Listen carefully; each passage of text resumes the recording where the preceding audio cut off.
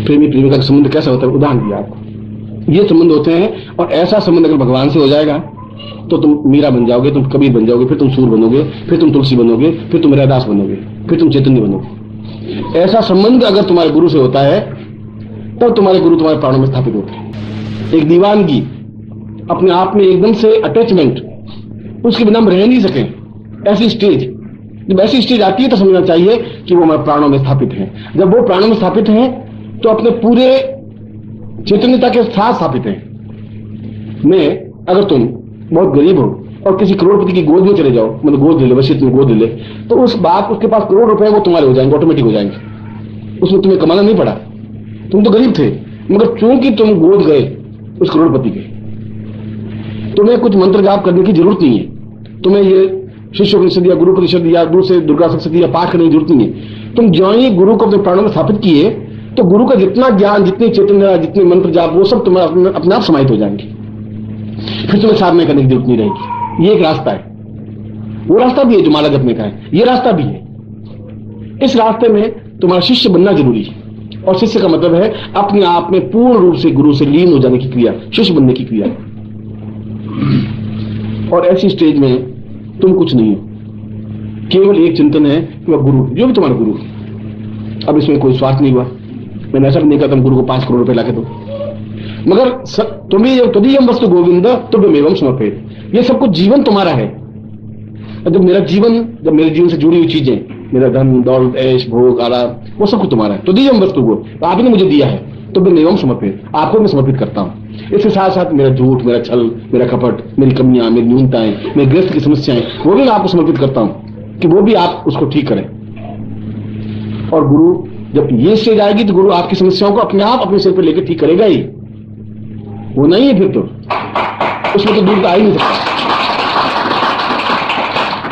ऐसी स्टेज आने की क्रिया होती है, ये स्टेज आने की क्रिया प्राणोत्थान क्रिया कहलाती है। इसके आगे की स्टेज साधक की स्टेज, चौथी स्टेज जिज्ञासु, उसके बाद चैतन्यता, फिर शिष्य, फिर साधक, फिर साधना में अपने आप में पूर्णता, फिर उसके सामने लक्ष्मी अपने आप नृत्य करने लग जाती है। फिर उसको जरूरत नहीं है, क्योंकि गुरु स्थापित है, गुरु की चैतन्यता स्थापित है, गुरु का मंत्र स्थापित है, गुरु अपने आप में पूर्ण ताकत के साथ स्थापित है। जब गुरु के सामने ये सब अष्ट सिद्धियां और नवनिधियां और ये 10 महाविद्या नृत्य करते हैं, तुम्हारे साथ नृत्य करेंगी, कहां जाएंगी वो? फिर तुम्हें ये जरूरत नहीं है कि शत्रु को तकलीफ दे सके, फिर काली अपने आप उसका संहार करेगी, फिर लक्ष्मी अपने आप तुम्हें संपन्न बनाएगी, फिर तुम्हें कोई उस देवियों को हाथ जोड़ने की, घी की आरती रस्म करने की जरूरत नहीं है, तुम्हें फिर हाथ बिगड़ाने की जरूरत नहीं है, फिर तुम्हें पांव फंसाने की जरूरत नहीं है, क्योंकि एक, या तुम पत्तों को पानी मिलाओ या तुम जड़ को पानी पिला दो। जब जड़ को पानी पिला दोगे तो अपने आप पूरे पेड़ डाल या सब भरे हो जाएंगे अपने आप। जो तो शरीर मूल को फूले फले अगाए, मूल को सींचने की क्रिया जरूरत है। मूल वह है जिसको शास्त्रों ने गुरु ब्रह्मा कहा है, विष्णु कहा है, गुरु देवो महेश्वर है। मगर क्योंकि तुम्हारी स्थिति अगर जिज्ञासु की है तो कहोगे कि ये गुरु एक सफेद कपड़े पहने हुए गुरु कैसे बन सकते हैं, ये ऐसा कैसे कर सकते हैं, इनके सामने लक्ष्मी कैसे नृत्य कर सकती है, कर सकती है कि नहीं कर सकती है, मैं ऐसा कर सकूंगा नहीं कर, ये तुम्हारी जिज्ञासा प्रवृत्ति है। इसलिए मतलब तुम अभी शिष्य बनने की क्रिया में नहीं आए। जब तुम अपने आप में जुड़ जाओगे तब उसके गुण अवगुण तुम्हारे प्रश्न नहीं रहेंगे। जब लैला मजनू अपने आप में, लैला को तुमने शायद पढ़ा नहीं होगा, लैला अपने आप में एक कानी थी और कलूटी थी, काली थी, एक आंख उसकी भैंगी थी और एक ठिगनी सी लड़की थी, बिल्कुल बेकार सी लड़की थी। जब मजनू उसके सामने कपड़ा फाड़ने लग गया और खून शरीर का निकालने लग गया और 24 घंटे वहीं खड़ा रहने का झरोखे के सामने, तो राजा ने उसको पकड़ के राज दरबार में बुलाया। उसका, मजनू हम बहुत बदनाम हो रहे हैं तुम्हारी वजह से, पूरा हमारा नगरी पूरी बदनाम हो रही है, आज ज्यादा ट्रैफिक रुक रहा है, ये सामने 20-25 सुंदरियां खड़ी हैं जो मेरे राज दरबार की हैं, इसमें से कोई चुन लो और लैला को भूल जाओ। उन्होंने एक को देखा, तो देखने के बाद था इसमें लैला तो कोई है नहीं, तो लैला नहीं है तो मैं इनको लेके क्या करूंगा। फिर तुम्हारे मन में कालापन और भैंगापन और छोटापन और बड़ापन और धोती कुर्ता पहना हुआ, सफेद कपड़े और भैंगे कपड़े और दूसरे कपड़े पहने हुए, वो कोई अर्थ नहीं रखेगा। फिर तुम्हारे सामने गुरु का बिंब होगा, एक आत्म चेतनता होगी, उनको अपने आप में, जब तुम आंख बंद करोगे तभी गुरु दिखाई देंगे, आंख बंद नहीं करोगे तभी गुरु दिखाई देंगे। जब ऐसी स्टेज आएगी तुम्हारे जीवन में, तुम स्वयं अपने आप में गुरुत्व प्राप्त कर लोगे। जब गुरुत्व प्राप्त कर लोगे तो तुम स्वयं ब्रह्मा कहलाओगे, तुम स्वयं विष्णु कहलाओगे, तुम स्वयं रुद्र कहलाओगे। तुम जीवन की एक ऊंचे उठने की क्रिया होगी, अपने आप पुण्य जागृत हो जाएगी। कितनी साधना करोगे, कहां तक साधना करोगे? समय तुम्हारे पास बहुत कम है।